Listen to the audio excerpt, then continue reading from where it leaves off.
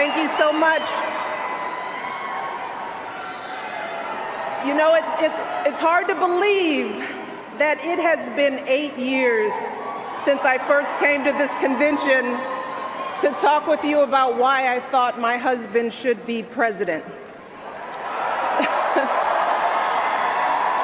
Remember how I told you about his character and conviction, his decency and his grace, the traits that we've seen every day that he served our country in the White House. I also told you about our daughters, how they are the heart of our hearts, the center of our world, and during our time in the White House, we've had the joy of watching them grow from bubbly little girls into poised young women, a journey that started soon after we arrived in Washington, when they set off for their first day at their new school. I will never forget that winter morning as I watched our girls, just 7 and 10 years old, pile into those black SUVs with all those big men with guns. And I saw their little faces pressed up against the window, and the only thing I could think was, what have we done? See, because at that moment, I realized that our time in the White House would form the foundation for who they would become, and how well we managed this experience could truly make or break them. That is what Barack and I think about every day as we try to guide and protect our girls through the challenges of this unusual life in the spotlight. How we urge them to ignore those who question their father's citizenship or faith. How we insist that the hateful language they hear from public figures on TV does not represent the true spirit of this country. How we explain that when someone is cruel or acts like a bully, you don't stoop to their level. No, our motto is, when they go low, we go high.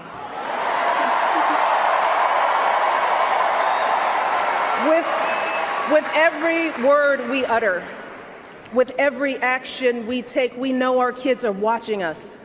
We as parents are their most important role models. And let me tell you, Barack and I take that same approach to our jobs as President and First Lady, because we know that our words and actions matter, not just to our girls, but to children across this country. Kids who tell us, I saw you on TV, I wrote a report on you for school. Kids like the little black boy who looked up at my husband, his eyes wide with hope, and he wondered, is my hair like yours? And make no mistake about it, this November when we go to the polls, that is what we're deciding. Not Democrat or Republican, not left or right. No, in this election and every election is about who will have the power to shape our children for the next 4 or 8 years of their lives.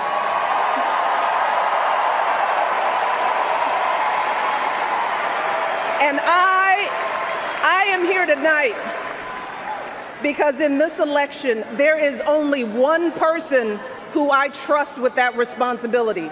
Only one person who I believe is truly qualified to be President of the United States, and that is our friend Hillary Clinton.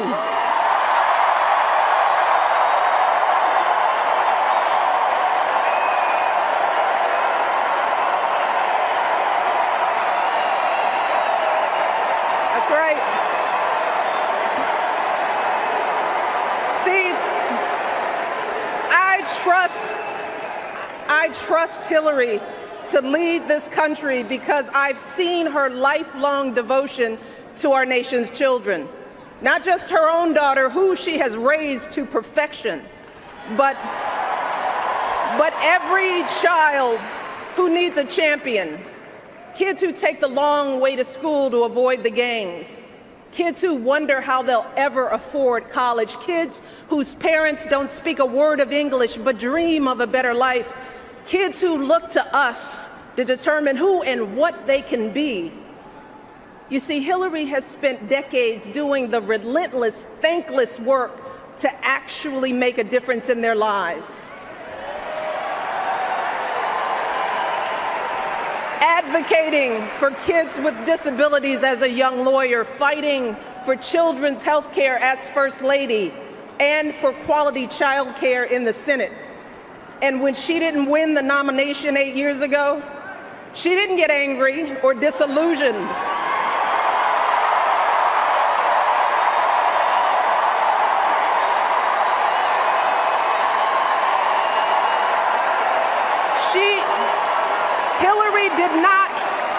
Hillary did not pack up and go home, because as a true public servant, Hillary knows that this is so much bigger than her own desires and disappointments.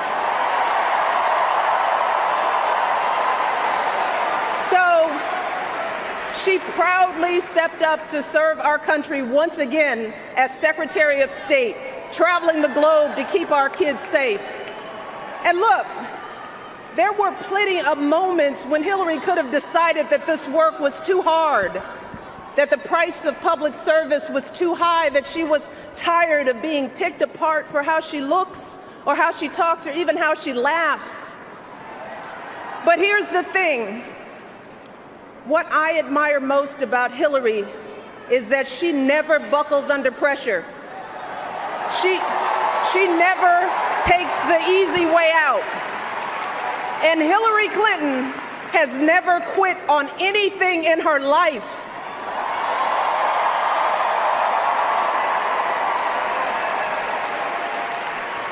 And when I think about the kind of president that I want for my girls and all our children, that's what I want.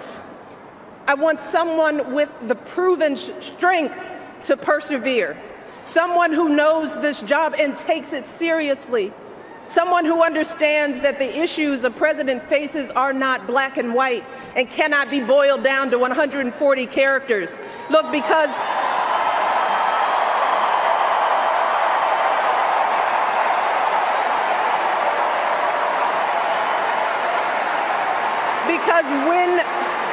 when you have the nuclear codes at your fingertips and the military in your command, you can't make snap decisions. You can't have a thin skin or a tendency to lash out. You need to be steady and measured and well-informed.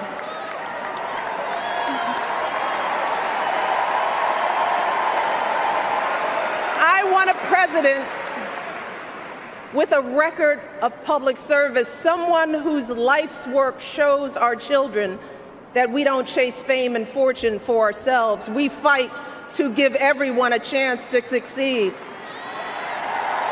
And we give back even when we're struggling ourselves, because we know that there is always someone worse off. And there, but for the grace of God, go I. I want a president who will teach our children that everyone in this country matters. A president who truly believes in the vision that our founders put forth all those years ago, that we are all created equal, each a beloved part of the great American story. And when crisis hits, we don't turn against each other. No, we listen to each other. We lean on each other, because we are always stronger together.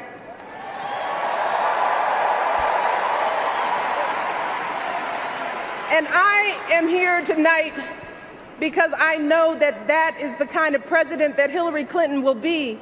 And that's why in this election, I'm with her.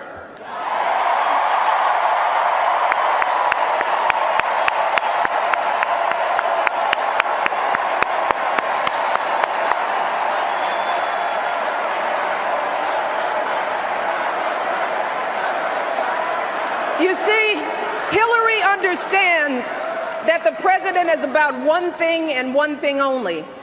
It's about leaving something better for our kids. That's how we've always moved this country forward, by all of us coming together on behalf of our children. Folks who volunteer to coach that team, to teach that Sunday school class, because they know it takes a village. Heroes of every color and creed who wear the uniform and risk their lives to keep passing down those blessings of liberty. Police officers and protesters in Dallas who all desperately want to keep our children safe. People who lined up in Orlando to donate blood because it could have been their son, their daughter in that club.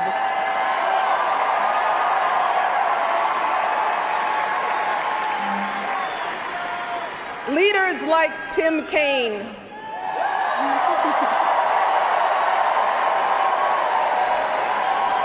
who show our kids what decency and devotion look like. Leaders like Hillary Clinton, who has the guts and the grace to keep coming back and putting those cracks in that highest and hardest glass ceiling until she finally breaks through, lifting all of us along with her. That is the story of this country, the story that has brought me to this stage tonight, the story of generations of people who felt the lash of bondage, the shame of servitude, the sting of segregation, but who kept on striving and hoping and doing what needed to be done so that today I wake up every morning in a house that was built by slaves.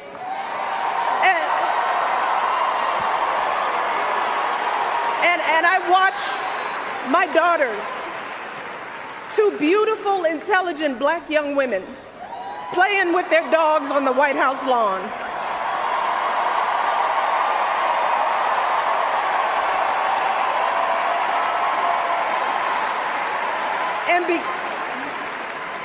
And because of Hillary Clinton, my daughters and all our sons and daughters now take for granted that a woman can be president of the United States.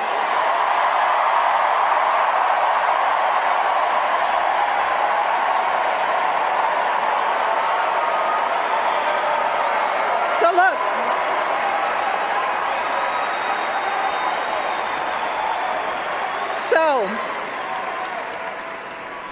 don't let anyone ever tell you that this country isn't great, that somehow we need to make it great again, because this right now is the greatest country on earth.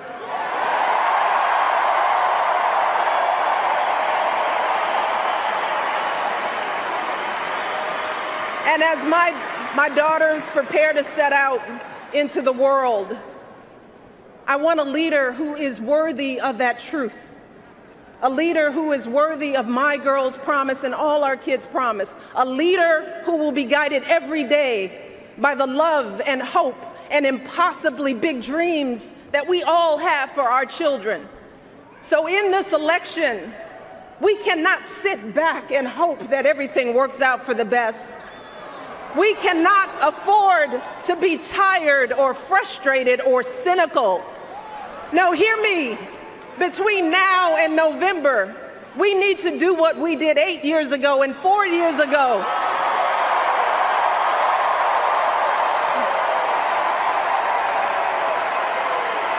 We need to knock on every door. We need to get out every vote.